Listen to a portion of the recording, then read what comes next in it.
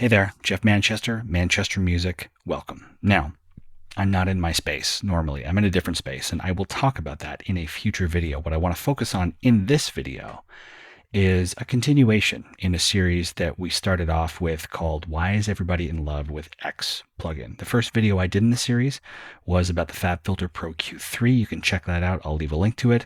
Today, I want to talk about another plugin that shows up on top 10, 20 lists of the year or of all time, best plugins of all time. You've seen it in listicles articles, you've seen it in tutorials. It's Decapitator by a company called Soundtoys. It's a saturation device. We're going to go over what makes it special. Why do people use it? How do you get the most out of it? What does everything do? All the buttons and knobs and dials. So stick around and let's jump in. All right, so here we are in Logic. I have a drum loop setup. I find that this is the best kind of audio material to use. If it's a voice or anything else, people get pretty tired of it, but we just have some drums. They sound like this. I'm going to turn this guy off.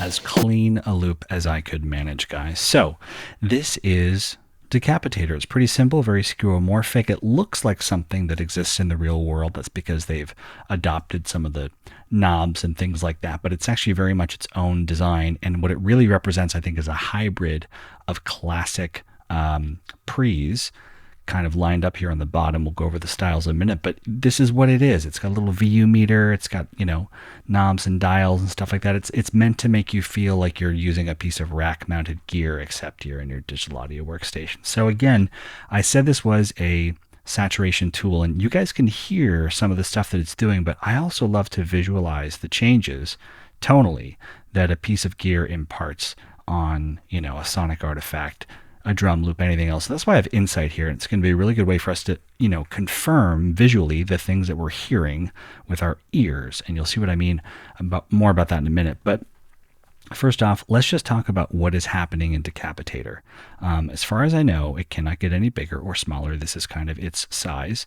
We have a drive parameter. We have punish. We have some things to help kind of shape the tone, an output, an auto thing here. We'll talk about that in a minute. A mix knob, and then there's a little thump thing as well, and a steep thing, and then we have our styles down here, and this is really where the money is, these different algorithms. So let's start off here just by starting at default. I'll just bring things back to default, and I'll get this playing. I'll turn this on, and then what I'm going to do is bring up the drive. We're stuck on the A style here. I'll talk about what that is in a moment, but let's just first bring the drive up to hear what we get.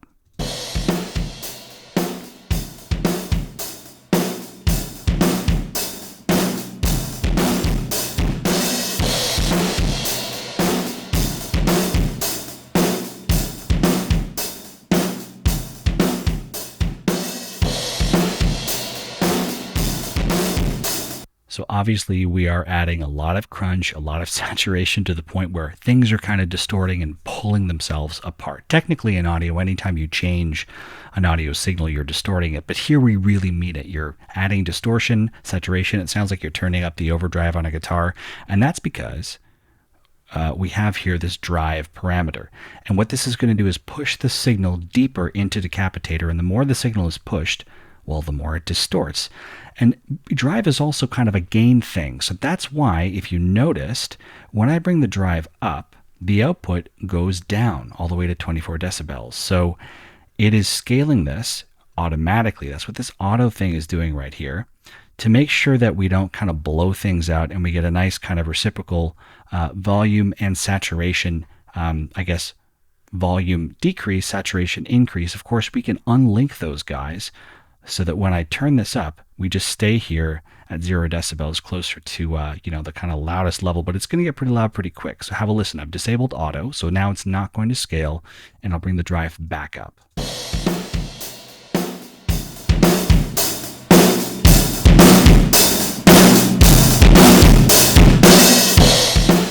Okay, so obviously because we're in the digital space, we have floating point processing. We're not really going to be too injured with any kind of distortion or clipping, but you can see why they scale it over here, just so that you don't get an overage that's so kind of unacceptable and kind of offensive. So once again,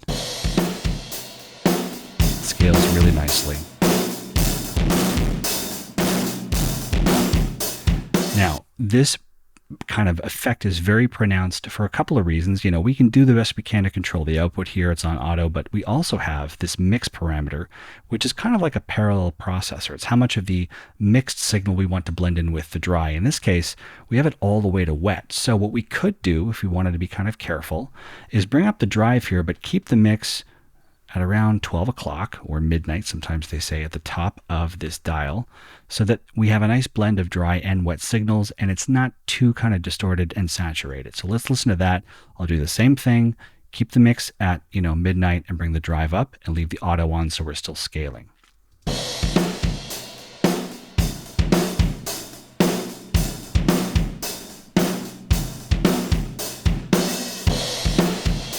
So now would be a good time to do a little before and after, now that we have a bit more of a subtle effect of the saturation occurring here. So I'll turn this off and on.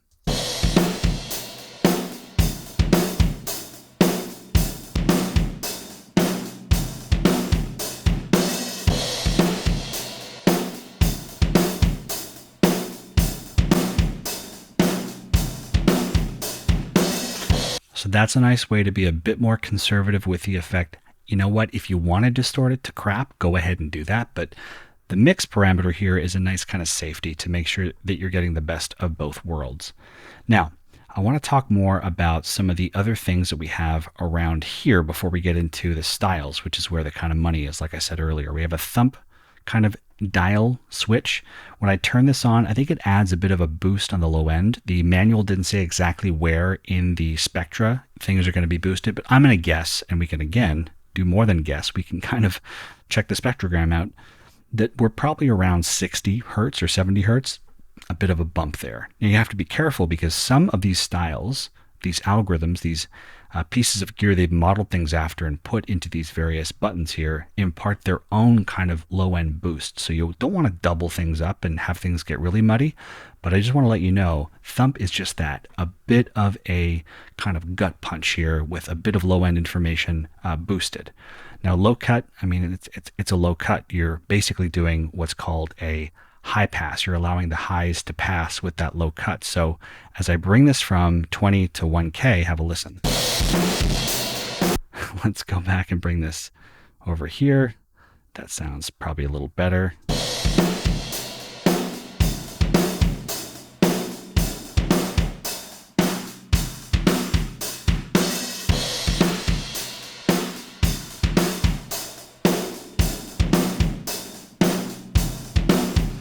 Right, so low cut means a high pass, means we're allowing the highs to pass. You guys have all done this before. You get a shelf and you just kind of, scoop around from the bottom to the top of the spectra, and now just nothing but, high tones are kind of remaining there. Double click to return things to zero. At least that kind of usually works. Oh, it's because the default here is 20,000 or 20 hertz rather. That's really awesome. I love that you can just double click and return things to their default position. Love it, instead of having to command or shift or control or option click. Now the tone is going to kind of balance things toward a brighter or darker tonality. Let's do that again. Just bringing this down to dark.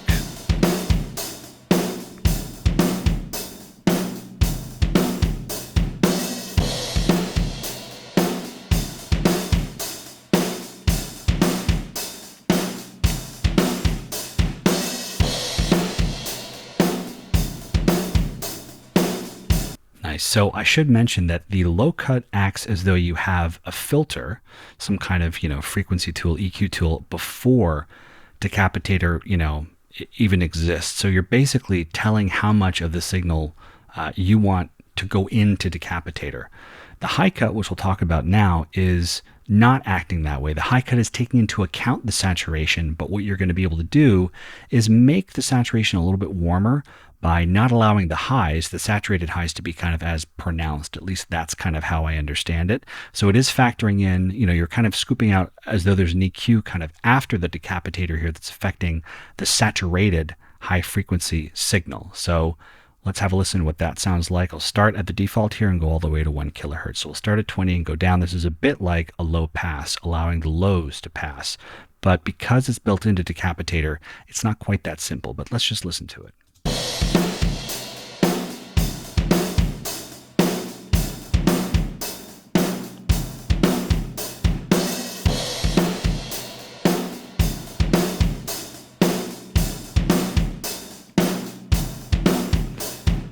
So in this way, my highs are a little less saturated. The lows still are. Everything below, 1 kilohertz ostensibly is still saturated. A bit more control. I guess it's less kind of tinny and kind of grungy at the top. Let's check this.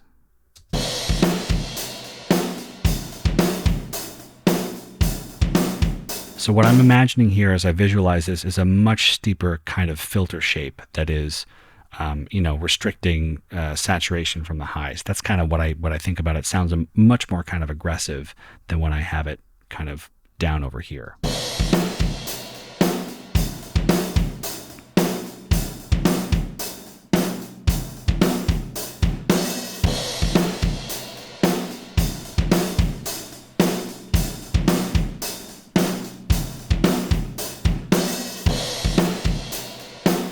I want to try these changes to the high cut with my mix parameter all the way to wet. This is going to sound a bit crunchy. Let me back off a bit more on the drive, and the output goes back accordingly.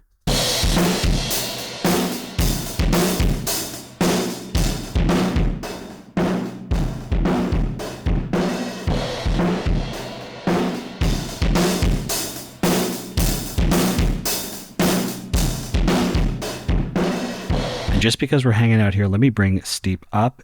And this, I think, will create an even steeper kind of filter shape. Let's have a listen.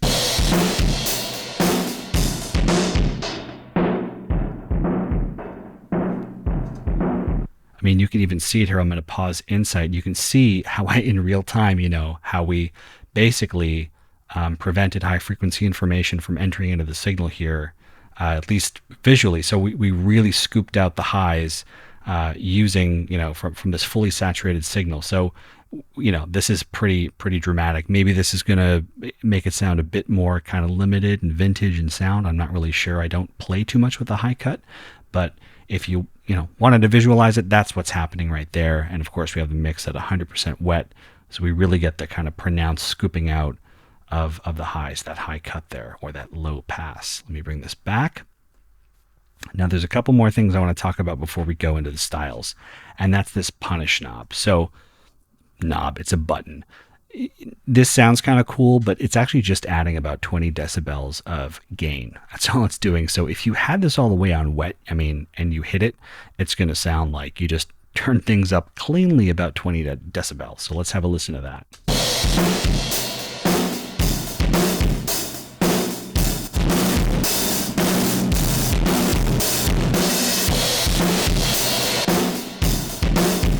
That's all there is to it.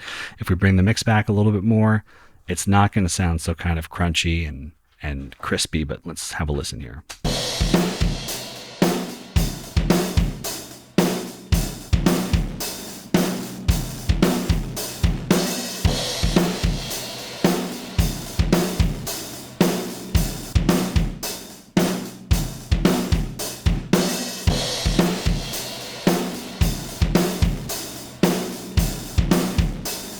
All right, so now that we know everything that happens here up top, what all these guys do, I'm going to return things again right back to the default, because now what I want to do is explore. I'm going to get this off pause.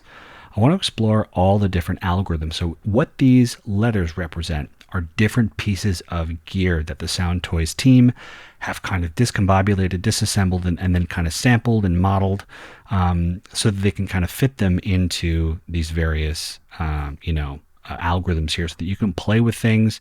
As far as I know, you can't actually combine stuff together. You can only do one at a time. Maybe I'm wrong. I'll hit Command a little bit like I would to get a couple words highlighted at the same time in a non-contiguous way. That doesn't work. Yeah, so just one at a time.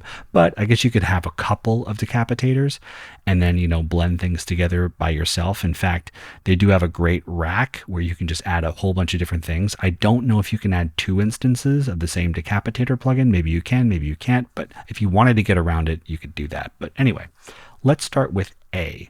So A is, think about it, from a UX experience. They wanted this to be the very first one that you hit.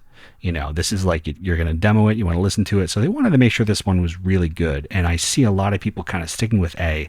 It stands for Ampex 350 Tape Drive Preamp. I've never got to play with it myself, but what I notice here and what I've read and heard is that it is probably one of the smoothest forms of saturation coming out of the decapitator. So let's play with it. We'll go, kind of wet and dry. I'm going to leave it here at about 5 right there. You've been listening to it before, but just for the sake of going through all of them, let's go from dry to wet with this algorithm.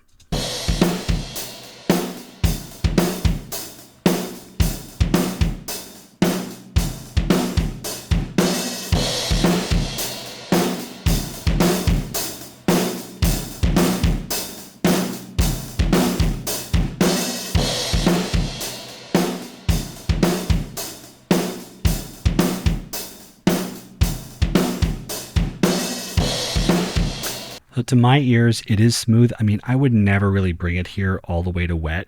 And we do have a pretty conservative amount of drive. Our output is kind of staying put according to where the drive is. So I'd probably back it off here, leave it around there or so that it's not all the way wet. But again, we're making this video to show you how this thing sounds. So I want to make sure it gets across. So if the examples are a bit exaggerated, that's why.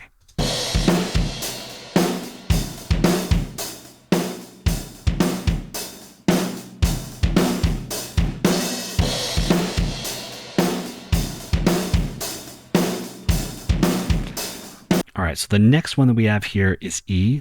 Spoiler alert, this is my favorite of the algorithms, and this is based on the Chandler EMI-TG channel, which is, I think, an EQ and mic pre combined into one. This is Abbey Road, blah, blah, blah, blah, blah. The thing I really like about this is you can really hear a kind of nice top end to this, which you might want to control for with a high cut or, with the tone if it's too bright for you, and a nice kind of beefy low end, which I really like. So what I'm going to do is play this, same as I did before. I want you to take a look as I switch between A and E. I'll do that in a minute. So you can see in the spectrogram how much brighter E is compared to A, and beefier the low end is too. And again, be careful with this thump toggle, because you could turn this on, and because E, the Chandler EMI-TG channel algorithm, adds a bit of low end, as far as I know, you could be doubling up on that, and it starts to get really muddy, really messy, really fast. So anyway, let's just hear it, and then I'm going to compare both, and we'll look at it in Insight. So let's leave the wet here at 100% for consistency and bring the drive up with E.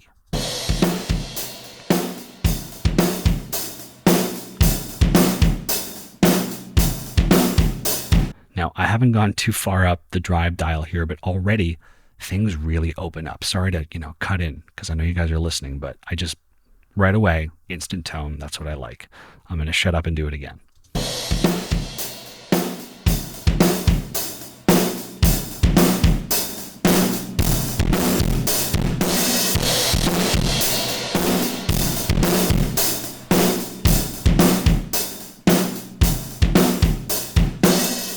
So we were getting a little bit, crazy as we went up the drive dial.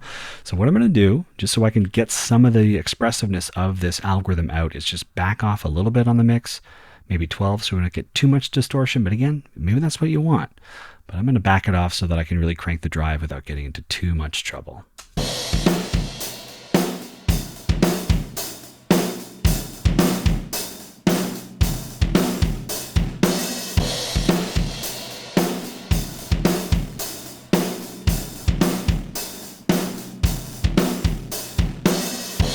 So much more shimmery and shiny. That's what I really like about it.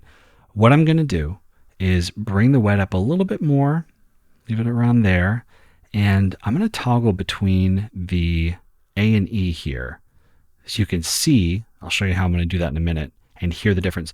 Now, first of all, I got to tell you, time in the spectrogram left to right, our frequency is 100 hertz all the way to 20K. This is how I like to look at audio when I'm kind of trying to visualize it in a spectrogram, which is just an FFT kind of representation of frequency. But just, low frequency stuff is going to be at the bottom. High frequency stuff is going to be at the top. And brightness in a spectrogram corresponds to loudness. So how loud something is, if it's a little louder, it's going to be a little brighter than other aspects in the spectrogram. So just know that. And let's compare the two. So we'll start with A.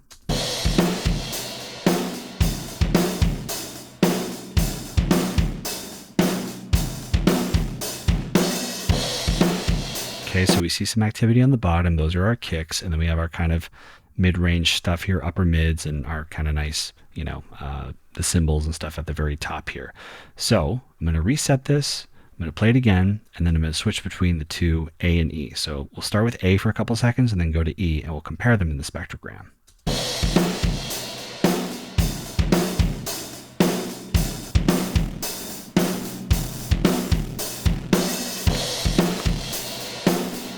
So I'm not sure if you can see it, but we have, this is when we were on A, okay, the first one, the Ampex 350 tape. And then we went over here, it happened pretty quickly, to the E.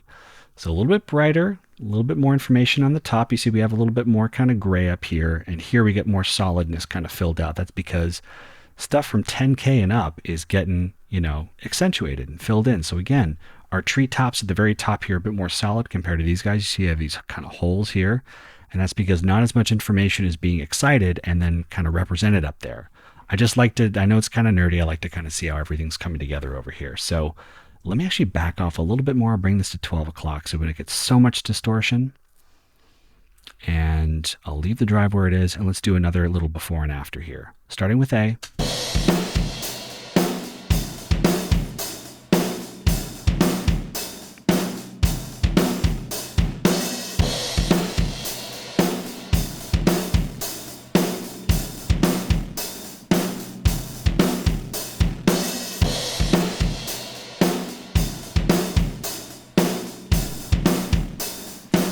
To me, those hi-hats really come out more. And of course, something I haven't done is a before and after of just the E, the Chandler EMI TG channel. So I'll do that with the power button here. So here's before and after, starting with after.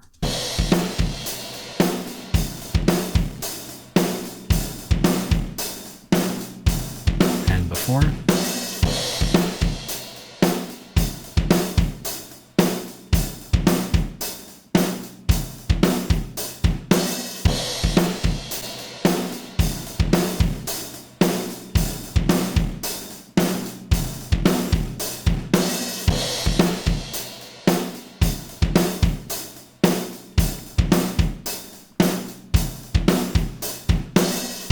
Cool. Again, that's my favorite one, but you guys probably have your favorites. Let's move on to N. N stands, of course, for Neve. In this case, the Neve 1057. And it sounds like the manual kind of says, very solid. Let's bring this all the way up to wet so we can get a real nice sound here. I'm going to bring the input. Now I'll just leave it kind of where it is and see if I can get a good level. So here is, turn this on, the N style.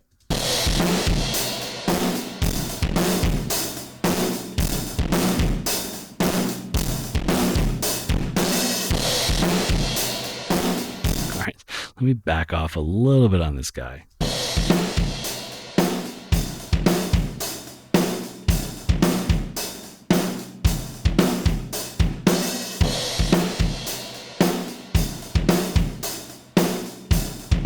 All right, so here's before.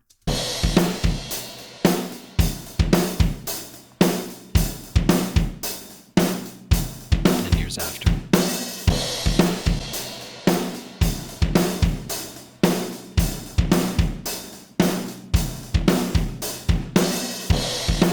Before.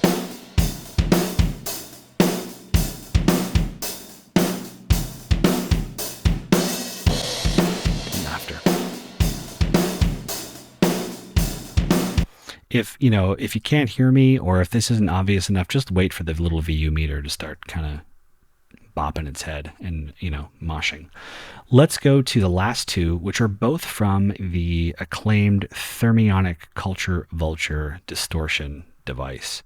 Now, T stands for triode. It's a type of tube, and P stands for pentode. It's also a kind of tube, as I understand it. And both, I think, are a little bit better for instruments, whereas A, E, and N, so A, again, Ampex, the Chandler EMI, and the Neve 1057 are a little bit better for like multi-purpose stuff. I find these guys are kind of well suited to guitars, specifically the triode, which we're going to hear right now. The pentode, the triode is a bit better for like general stuff, but really good on guitars, whereas the pentode I find is just amazing for just guitars. So anyway, even though we have drums here. So let me start with T, and we find a good level again. These guys all kind of distort and pop out at different kind of in different ways with different parameters. So I'm kind of finding my footing here, trying to show an even-keeled example of all the styles.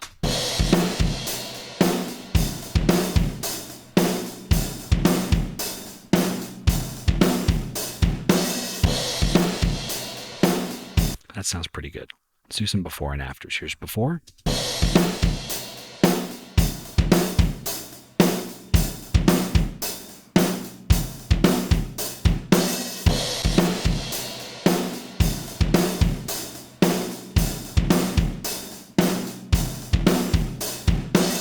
Let me crank the wet a little bit more to see how far we can get away with this sound.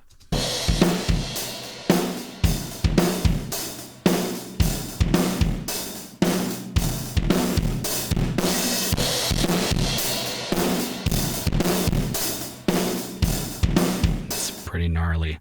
Let's finish here with the pentode tube settings. I'm going to put things back to around midnight here on the mix knob and back off on the drive till I feel like it's sitting good.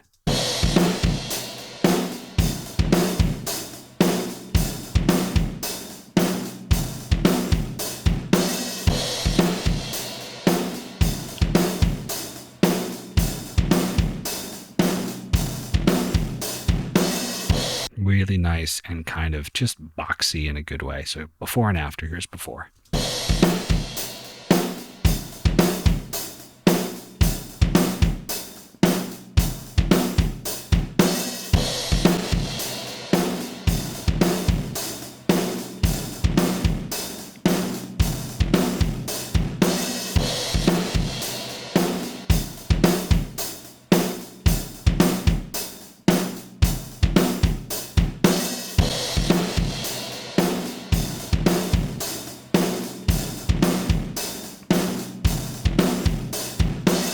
Now, one thing we didn't really go over here with before and afters is the thump. And that's because, to be quite honest with you, sometimes I can't really hear what it's adding. It might be one of those things where I need a sub to really feel it and experience it. But I'm going to turn it off, on and off with all of these styles here to see if we can kind of catch something kind of livening up. I am going to turn the drive up to about 5. That scales nicely. We'll leave the mix at around, well, let's leave it not too far away from the top there. And let's turn it on and off. So let's start with A, work our way down to the pentode tube.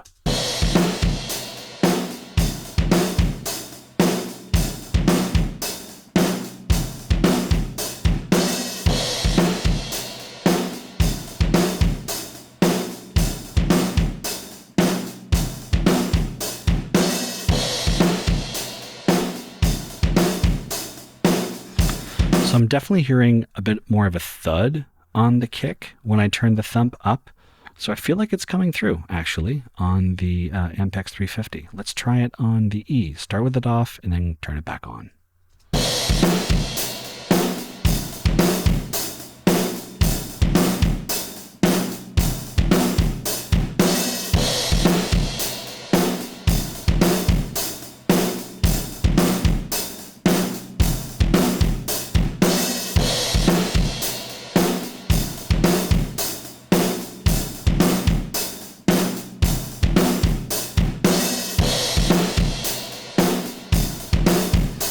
I'm hearing it there too. It's not as pronounced as the Ampex, but I am hearing something there changing in the low end. Let's keep going here with the Neve before and after.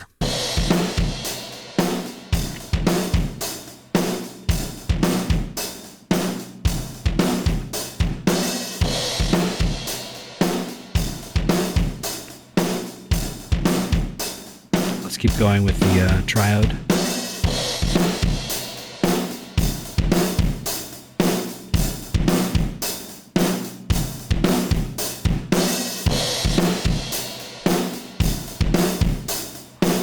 Definitely hearing it there. Let's try with pentode.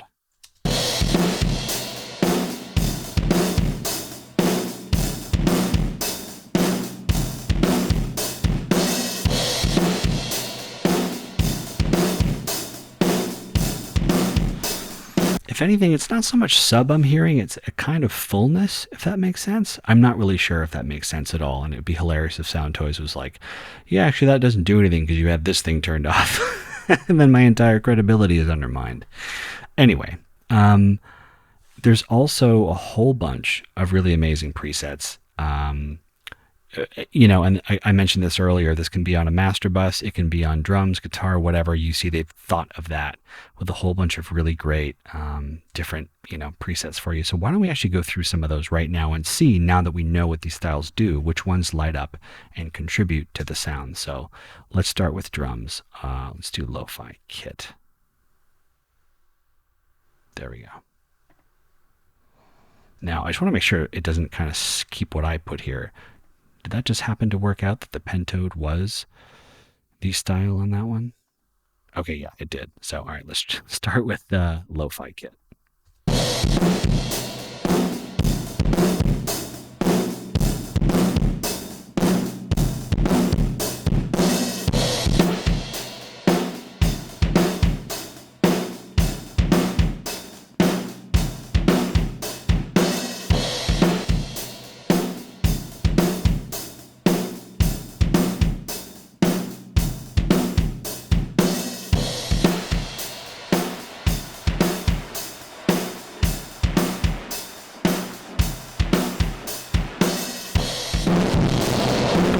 So, I mean, it occurs to me that maybe some of these guys are supposed to be on individual things, not so much on, the entire drum kit. So maybe we're not doing a very good job here, but just wanted to show you a lot of stuff you can do in here.